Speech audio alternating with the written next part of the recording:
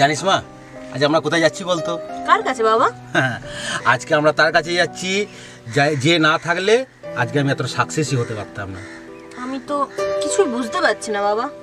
বুঝবি বুঝবি, ধীরে ধীরে সব বুঝবি। হয়তো চিনলেও চিনতে পারিস। খুব ছোটবেলায় দেখেছিস তুই।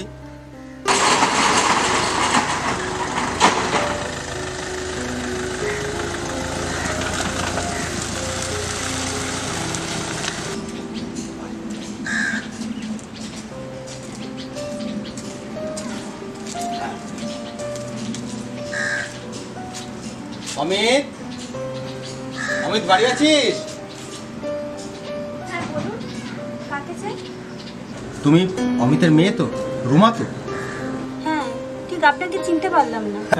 আমি তোমার বাবার ছেলেবেলাকার বন্ধু অজিতেশ কাকু। ও আচ্ছা আচ্ছা এ আমার মেয়ে গীতা। আচ্ছা আচ্ছা, ঠিক আছে, ভেতরে আসুন। হাই মা গীতা। আসুন আসুন, বাবার মুখে আপনার কথা অনেক শুনেছি। বসুন বসুন।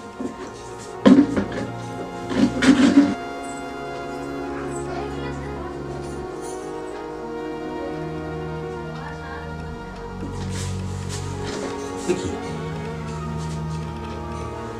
এসব কি?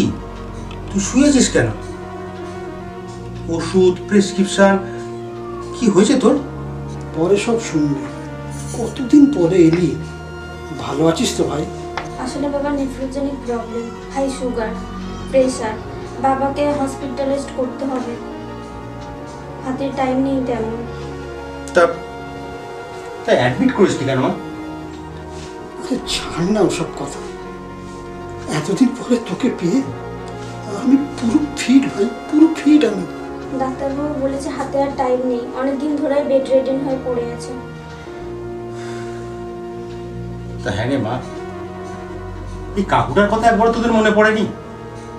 না মানে তা নয় কাকু, মেডিসিন আর টেস্টগুলো যা কস্ট, তাতে মাথা খারাপ হয়ে যাচ্ছে। কি হবে? কি শুনছি এসব? এত কিছু হয়ে গেল, আমাকে একেবারে ভুলে গেলি রে ভাই। আসলে তুই বিজি মানুষ, তাই তোকে কোনো ডিস্টার্ব করতে চাইনি। মা মা রুমারে কাকুকে একটু চা করে দে না রে। হ্যাঁ যাই, এসো ভাজিটা এসো। হ্যাঁ রে, তোর মনে আছে সেই পুরনো দিনগুলো, আমাদের সেই স্কুল কলেজের দিনগুলো? সে কি আর বলবো রে। হ্যাঁ রে, তা মেয়ে এখন কি করছে? ও প্রাইভেট স্কুলে পড়ায়। আমার চিকিৎসার জন্য ওর পড়াশোনাটাই বন্ধ হয়ে গেল। কি বলছিস তুই? হ্যাঁ, আজকে আমি যা হয়েছি, আমার এই সাকসেসের পিছনে একমাত্র তুই সেদিন তোর ওই পুরনো স্কুটারটা বিক্রি করে 25,000 টাকা আমার হাতে তুলে দিয়েছিলি। সেই টাকা থেকেই তো আজকে আমার এই বারবারন্ত। সাথে কি হয়েছে? আমি তো একটা মাধ্যম ছিলাম। যা করেছিস তোর হার্ড ওয়ার্কের জন্য করেছিস। আজ আমি সেই 25,000 টাকাটা ফেরত দিতে না আসলে জানতেই পারতাম না যে আমার সেই বন্ধু আজ মৃত্যুর সঙ্গে পাঞ্জা লড়ছে।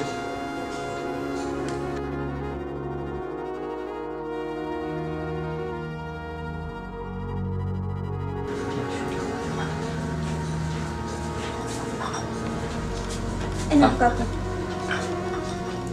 বাবার তো গরম খাওয়া বারণ, সেই জন্য বাবাকে দিলাম না।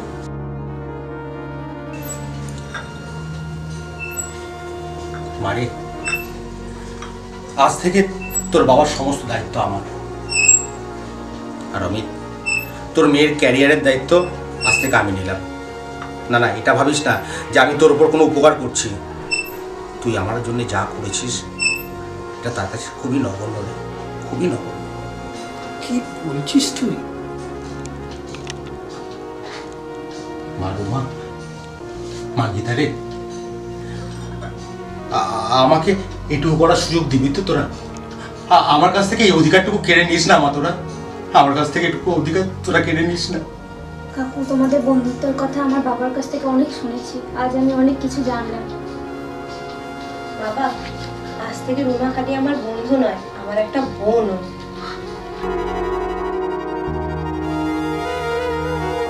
মারে মানে খুব শান্তি পেলাম রে আজকে, সত্যি আমি খুব শান্তি পেলাম।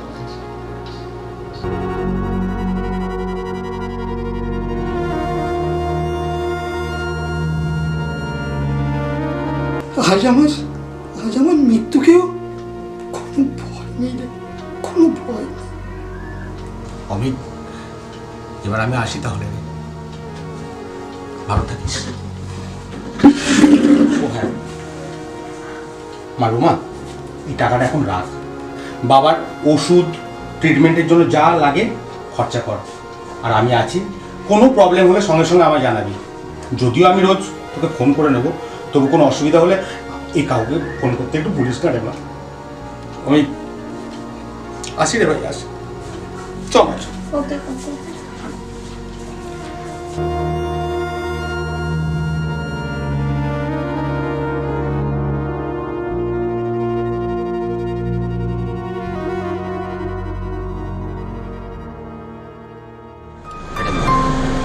কোনো ভুল করলাম না?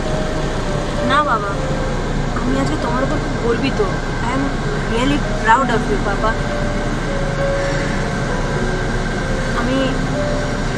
তুমি এরকমই থেকো, কোনোদিনও বদলে যেও না। I am really lucky to have a father like you বাবা।